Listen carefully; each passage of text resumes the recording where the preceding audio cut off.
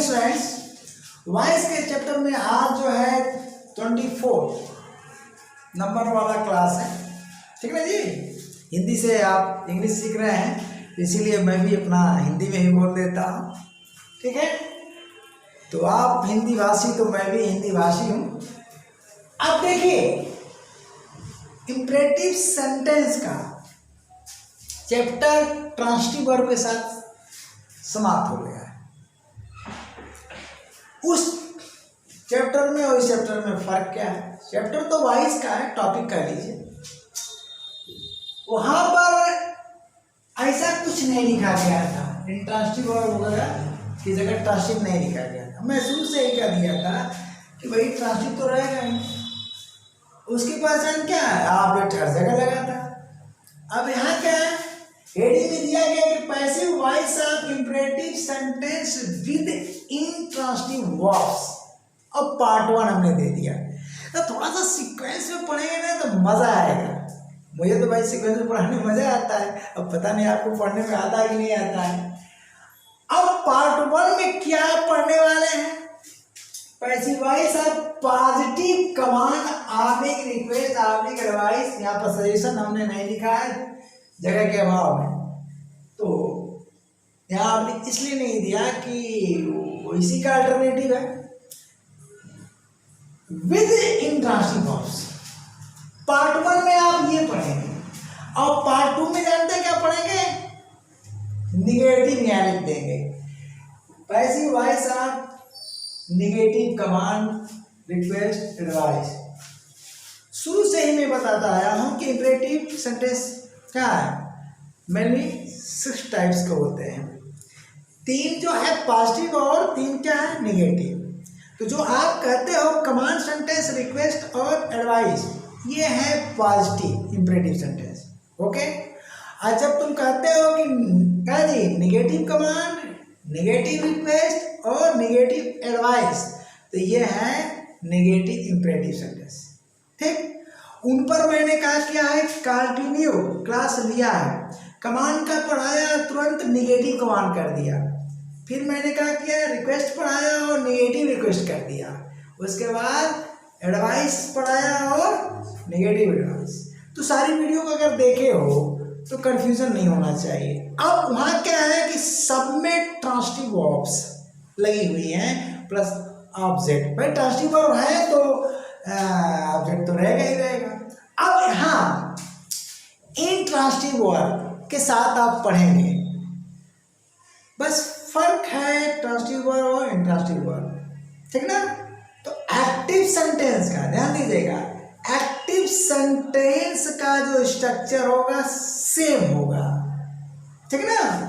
अब यहाँ पर केवल एक स्ट्रक्चर हमने दिया है। मान लीजिए ये बेयर इंफिनिटिव है, भाई फर्स्ट फॉर्म करते हो, या benefactive of intransitive verb other words. इसमें हमने प्लीज नहीं लगाया, कार्डिनली नहीं लगाया, तो उतना तो आप समझदार हो। लेकिन भाई कमांड सेंटेंस बोलते हो पॉजिटिव, तब भी बेयर इंफिनिटिव से ही स्टार्ट करते हो। अगर रिक्वेस्ट करते हो तो भी बेयर इंफिनिटिव से ही स्टार्ट करते हो। अगर एडवाइस देते हो तो भी बेयर इंफिनिटिव से ही स्टार्ट करते। कौन? Active sentence. तो हमने प्लीज शब्द नहीं लगाया। मान लें कि अगर हम प्लीज शब्द लगाते हैं तो एक स्ट्रक्चर और हमको बढ़ाना पड़ेगा, तो इसको मौखिक समझ लीजिए। तो अब अगर प्लीज लग गया है तो सीधी सीधी बात है कि वो रिक्वेस्ट हो गया।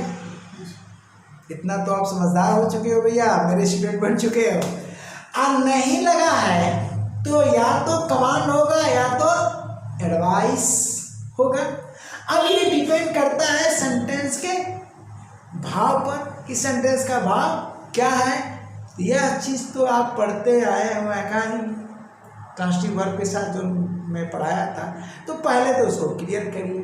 चलिए, तो यहाँ पर 3 जो पॉजिटिव वाले हैं आज की क्लास में पढ़ाया जाएगा, ठीक है। निगेटिव वाले पर मैं अलग पार्ट 2 करके एक क्लास और ले लूँगा, क्योंकि एक ही में पढ़ाऊँगा तो फिर गालमेल खिचड़ी हो जाएगा, ठीक है ना। फिर आप क्या है कंफ्यूज हो जाओगे और वॉइस कभी क्लियर आपका नहीं होगा। तो अब यहाँ देखना ये है कि जो एक्टिव सेंटेंस का स्ट्रक्चर है फर्स्ट फॉर्म, चाहे ट्रांसिटिव वर्ब हो चाहे इंट्रांसिटिव वर्ब के साथ, ठीक है ना, इंपरेटिव सेंटेंस अगर है तो वो स्टार्ट होगा किससे भैया, बेयर इंफिनिटिव से, अर्थात वर्ब के फर्स्ट फॉर्म से। उसके बाद अगर ट्रांसिटिव है तो ऑब्जेक्ट आ जाता है, अदर वर्ड्स आ जाता है। अब रिक्वेस्ट है तो उसी में प्लीज और काइंडली लग जाता है, अभी मैंने चर्चा किया। लेकिन यहाँ तो ट्रांसिटिव वर्ब है ही नहीं, क्या है जी, इंट्रांसिटिव वर्ब, तो ऑब्जेक्ट एब्सेंट रहेगा। बस पहला अंतर आप समझ गए होंगे। तो ऑब्जेक्ट एब्सेंट कर दिए। अब यह सेंटेंस या तो कमांड होगा या तो एडवाइस होगा, और इसी में अगर प्लीज और काइंडली लास्ट में जोड़ दोगे तो क्या हो जाएगा, रिक्वेस्ट में चेंज हो जाएगा। इतनी बात तो क्लियर हो गई एक्टिव फॉर्म एक्टिव सेंटेंस की। अब हम पैसे की बात करेंगे, ध्यान दो। ट्रांसिटिव वर्ब के साथ भी जो पढ़ते आए हो सेम फार्मूला यहाँ भी लागू करना पड़ेगा। थोड़ा सा आपको हम रिमाइंड करा रहे हैं इसको समझने में, लेकिन यहाँ का पैसिव सेम रहेगा। अब देखिए यहाँ पर कमांड सेंटेंस अगर होता है ट्रांसिटिव वर्ब के साथ कमांड सेंटेंस, तो क्या होगा, वेरी इंफिनिटिव और ऑब्जेक्ट रहेगा अदर वर्ब। तो आप पैसिव किससे स्टार्ट कर रहे थे, किससे जी, लेट से शुरू कर रहे थे। अगर यहाँ प्लीज और काइंडली लगा था तो यू आर रिक्वेस्टेड करके बेयर इंफिनिटिव को चेंज कर दे रहे थे, किसमें जी, इंफिनिटिव में। याद आया कुछ। अब चलो, एडवाइस था तो क्या किए, भाई ऑब्जेक्ट को सब्जेक्ट में बदल करके शुड बी का प्रयोग कर दिए। वो काम आपको यहाँ नहीं करना, सिर्फ एक काम करना जो रिक्वेस्ट वाला करते आए हो। रिक्वेस्ट वाला जो ट्रांसिटिव वर्ब के साथ यू आर रिक्वेस्टेड, अब बेयर इंफिनिटिव को चेंज कर दिया इंफिनिटिव में। तो हाँ, रिक्वेस्ट वाला एक्टिव से पैसिव जो स्ट्रक्चर है वही पैसिव वाला स्ट्रक्चर सेम यहाँ लाना है। फर्क ये पड़ जाएगा कि अगर कमांड है, ध्यान देना, अगर सेंटेंस का भाव, अब वही स्ट्रक्चर है यहाँ पर देख लो, ठीक है ना, किसके साथ, इंट्रांसिटिव वर्ब के साथ। यहाँ पर आप रिमाइंड करो, वहां पर क्या था, यू आर रिक्वेस्टेड, उसके बाद बेयर इंफिनिटिव चेंज हो गया इंफिनिटिव में, यानी थर्ड फॉर्म ऑलरेडी रिक्वेस्टेड हम लिख देते थे। उसके बाद बेयर इंफिनिटिव को किस में चेंज कर देते, इंफिनिटिव में, लेकिन वहां पर ऑब्जेक्ट लगा रहता था, यहाँ ऑब्जेक्ट नहीं लगेगा। सेम चीज यहाँ आई हुई है, लेकिन यहाँ पर केवल रिक्वेस्टेड लिखने से काम नहीं चलना। तो एक तो स्ट्रक्चर आपको ऑलरेडी मिल गया, वहीं से मिल गया, ऑब्जेक्ट एब्सेंट कर दो, काम करना। लेकिन दो स्ट्रक्चर आपको और समझना है। तो यहाँ पर इंट्रांसिटिव के साथ अगर कमांड सेंटेंस है तो लेट का प्रयोग नहीं करोगे। अगर एडवाइस है तो subject plus should plus be plus past participle का प्रयोग नहीं, यानी शुड बी का प्रयोग नहीं करोगे। तो फिर क्या करोगे, अब मेन पॉइंट आ गया, क्या करोगे भैया, देखो यहाँ पर बेयर इंफिनिटिव है इंट्रांसिटिव वर्ब का, और अदर वर्ड्स तो आएगा, ऑब्जेक्ट नहीं आ सकता है, क्योंकि वर्ब हमारा क्या है, इंट्रांसिटिव वर्ब, यानी सेंटेंस इंपरेटिव है, और यह इंपरेटिव सेंटेंस क्या है, पॉजिटिव है। क्या भैया, पॉजिटिव सेंस देने वाला है, इसमें नेगेटिव वर्ड नहीं आएगा, यानी डोंट का प्रयोग आप नहीं करोगे। तो पॉजिटिव सेंस वाला है, ओके। उसके बाद सीधे अदर वर्ड्स आ जाएगा। अदर वर्ड्स में ऑब्जेक्ट होने का कोई सवाल ही नहीं, अगर ऑब्जेक्ट रहता तो हम बाहर लिख देते। एक कॉमन स्ट्रक्चर मैंने बना दिया, यू आर वर्ब का थर्ड फॉर्म, उसके बाद इंफिनिटिव। अब यह इंफिनिटिव किसका है भैया, इंट्रांसिटिव वर्ब का, और ये बेयर इंफिनिटिव किसका है भैया, इंट्रांसिटिव वर्ब का। इसका मतलब यह बेयर इंफिनिटिव अर्थात विदाउट टू का जी वर्ब का फर्स्ट फॉर्म, यानी वर्ब का फर्स्ट फॉर्म विदाउट टू को ही क्या करते हैं भैया, बेयर इंफिनिटिव कहा जाता है। ये चेंज हो गया, बोलिए चेंज हुआ कि नहीं, यही चेंज होगा, कभी आप गलती मत करिएगा, चेंजेस इनटू लिख दिया, यानी वेयर इन्फिनिटिव इन्फिनिटिव में चेंज हो गया।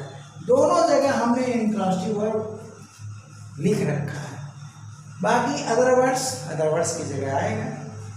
अब सवाल ये है कि ये वर्ब का थर्ड फॉर्म कहाँ से आया? यही जो है एडिशनल वर्ब आ रही है पास्ट पार्टिसिपल के रूप में, वो कहाँ से आ रही है? Active sentence. ध्यान दीजिएगा, अगर एक्टिव सेंटेंस का भाग कमांड है तो इस वर्ब के थर्ड फॉर्म के स्थान पर आप किसका प्रयोग करोगे? ऑर्डर ऑब्लिक कमांडेड, या तो ऑर्डर्ड शब्द लिख दोगे या तो कमांडेड। इसी के लिए यहाँ पर हमने ये लिस्ट बनाया है। तो ये एडिशनल वर्ड है किस रूप में? वर्ब के रूप में। तो थर्ड फॉर्म अगर यहाँ यह सेंटेंस कमांड सेंटेंस का भाव देता है तो आप थर्ड फॉर्म के स्थान पर ऑर्डर ऑब्लिक कमांडेड लिख दोगे। बाकी प्रक्रिया तो आप समझ चुके हो। अगर इससे रिक्वेस्ट का भाव व्यक्त होता है तो आप यहाँ क्या कर दोगे? रिक्वेस्टेड लिख दोगे। देखो यहाँ लिख दिया यूज फॉर रिक्वेस्ट। अगर इससे इन्विटेशन का भाव व्यक्त होता है इस सेंटेंस से, किससे चाहिए? एक्टिव सेंटेंस से, तो आप यहाँ इनवाइटेड लिख दोगे। अगर इससे एडवाइस ऑब्लिक सजेशन का भाव व्यक्त होता है तो आप एडवाइज्ड ऑब्लिक सजेस्टेड में से कोई एक लिख दोगे। बस क्लियर हो गया? यही चीज मेन है, यानी जो ट्रांसिटिव वर्ब के साथ जो रिक्वेस्टेड वाला जो पैसिव फॉर्म था सेम वही आया है। ठीक है ना? अब चलो, तो हम एग्जाम्पल लेंगे तभी तो क्लियर हो गया भैया। तो इसको मिटाना पड़ेगा। बस चार चीजें हैं: ऑर्डर, कमांडेड, रिक्वेस्टेड, इनवाइटेड और एडवाइज्ड। ठीक है ना? तो आपको 4 एग्जाम्पल्स की जरूरत है, इसके बाद क्लियर हो जाएगा। चलिए,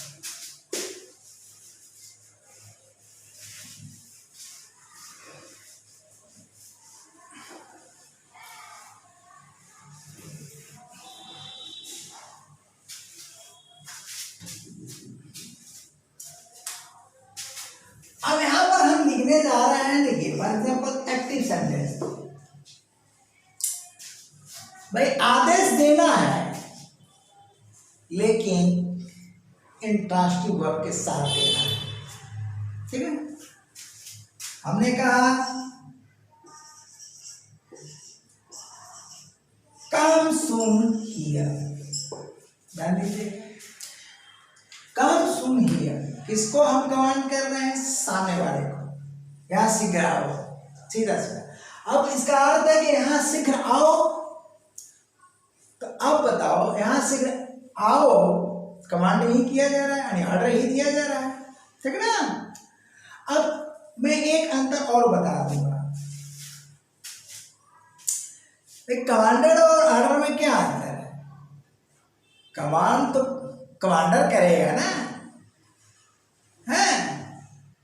अब कमांडेड शब्द का प्रयोग जब तक ये नहीं क्लियर होगा कि कमांडर कमांड कर रहा है तब तक आप कमांडेड शब्द का प्रयोग मत करना। जनरली जो है इंट्रांसिटिव वर्ब में कमांड शब्द का प्रयोग नहीं होता है। क्यों?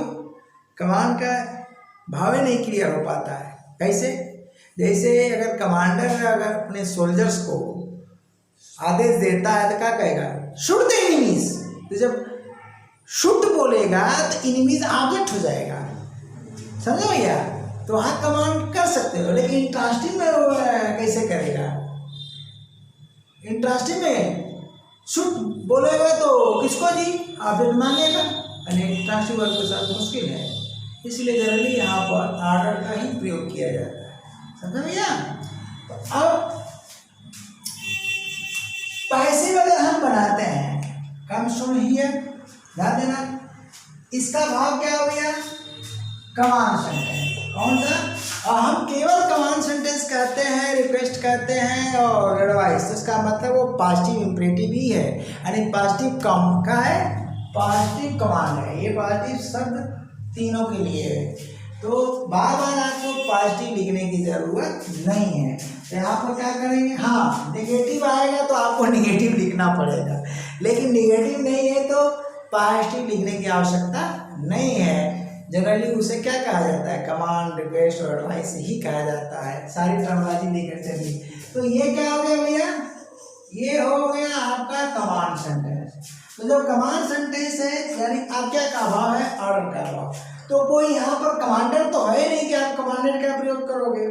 भाई क्या है, मालिक नौकर को बुला रहा है, टीचर स्टूडेंट को मतलब कह रहा है, तो ऑर्डर ही होगा, तो चेंज कर लीजिए। अब जब पैसिव बनाओगे तो यू आर का प्रयोग क्यों किया जाता है, क्योंकि हमेशा ऑर्डर किसको दिया जाता है, सामने वाले को, सेकंड पर्सन को। तो किसी अन्य सब्जेक्ट का प्रयोग आप नहीं कर सकते हो यहाँ पर, ठीक ना भैया, यहाँ पर आप नहीं कर सकते हो। तो क्या हो जाएगा, बोलो यू आर। अब यहाँ पर आप ऑर्डर का प्रयोग कर दो इस थर्ड फॉर्म के स्थान पर। अब कम क्या है आपका, बेयर इन्फिनिटिव, तो कम आपका बेयर इन्फिनिटिव है, ठीक ना।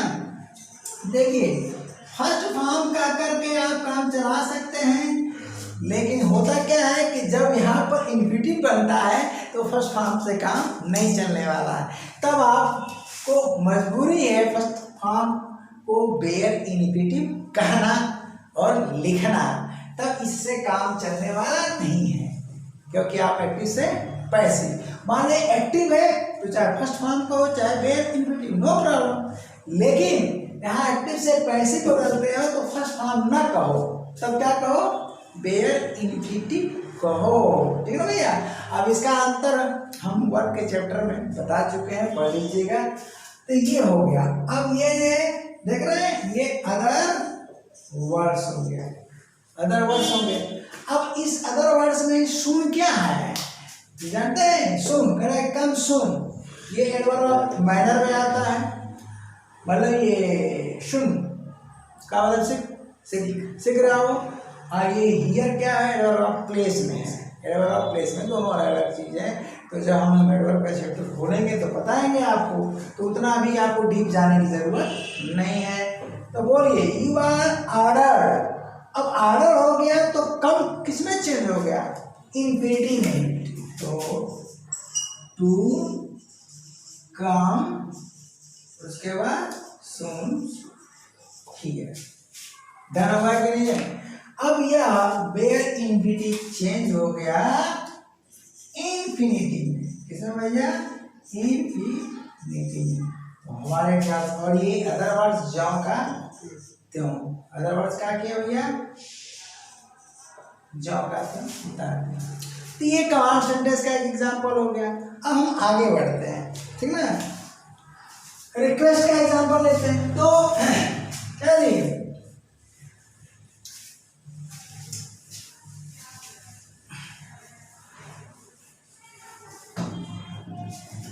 अब चीजें वही रहेगी, पहचान का तरीका वही रहेगा, बस फर्क ये है कि ट्रांसिटिव वर्ब की जगह इंट्रांसिटिव वर्ब। तो हम क्या करेंगे, यहाँ पर कम ऑन माई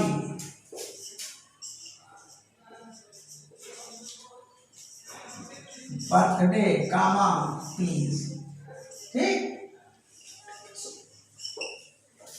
कृपया मेरे जन्मदिन पर अवश्य आइएगा, या सॉरी अवश्य मत लगाइए क्योंकि यहाँ पर डू नहीं लगा है, कृपया मेरे जन्मदिन पर आना या आइएगा, आना या आइएगा, देख रहे हैं ना, कम ऑन माई बर्थडे।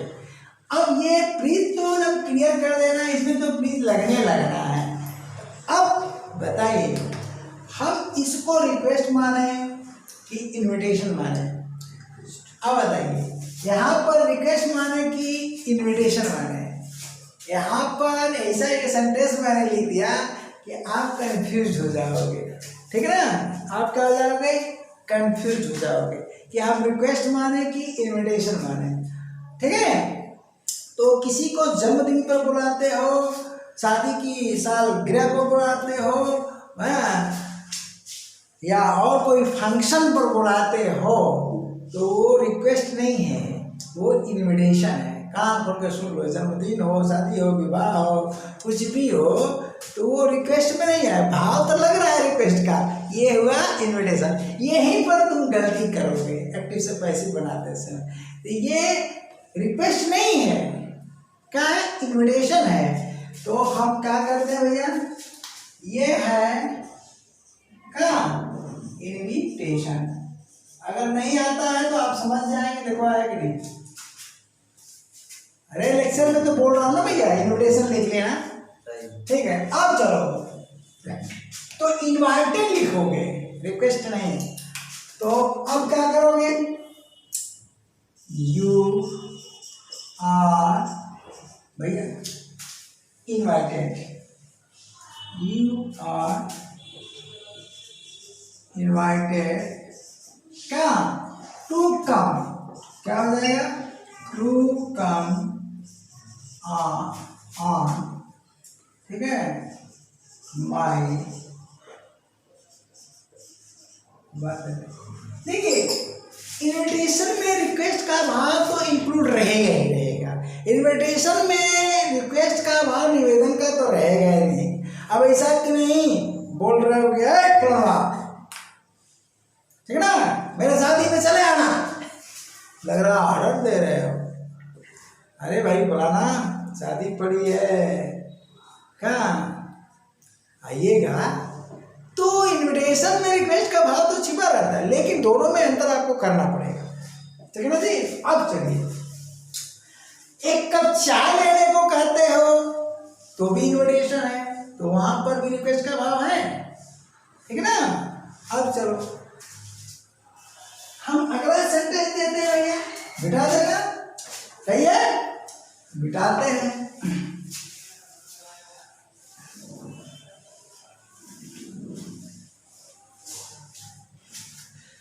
यहां पर हम लिखते हैं कि सिट हियर प्लीज।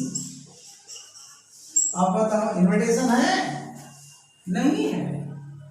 कृपया यहाँ बैठिए, कृपया यहाँ बैठो, कृपया यहाँ बैठो ना, इतना अर्थ है। देखिए, कृपया यहाँ बैठिए, कृपया यहाँ बैठो, कृपया यहाँ बैठिए,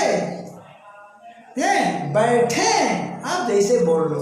तो अब चलो भैया, यहाँ पर क्या किए, यू आर, अब यहाँ रिक्वेस्टेड हो गया, क्या हो गया, रिक्वेस्टेड हो गया। ये चीज आपको पकड़नी पड़ेगी। और टू सिट हियर, देखना भैया, देर में मत चेंज कर देना, तो नरेशन का चैप्टर है, कुछ बच्चे कर देते हैं, मैं बड़ा हैरान होता हूँ, कहता हूँ मेरे ये क्या कर दिया, क्यों सर हियर देर नहीं चेंज होगा। अरे भैया ये वॉइस में चल रहे हो, वॉइस की दुनिया में रहो, नरेशन में मत जाओ। तो कहीं ऐसा ना हो कि आप हियर को देर में चेंज कर दे तो फंस जाएंगे। तो आपका इनविटेशन हो गया, रिक्वेस्ट। अब हम आते हैं कहाँ भैया, एडवाइस पर चलते हैं। अब चलिए,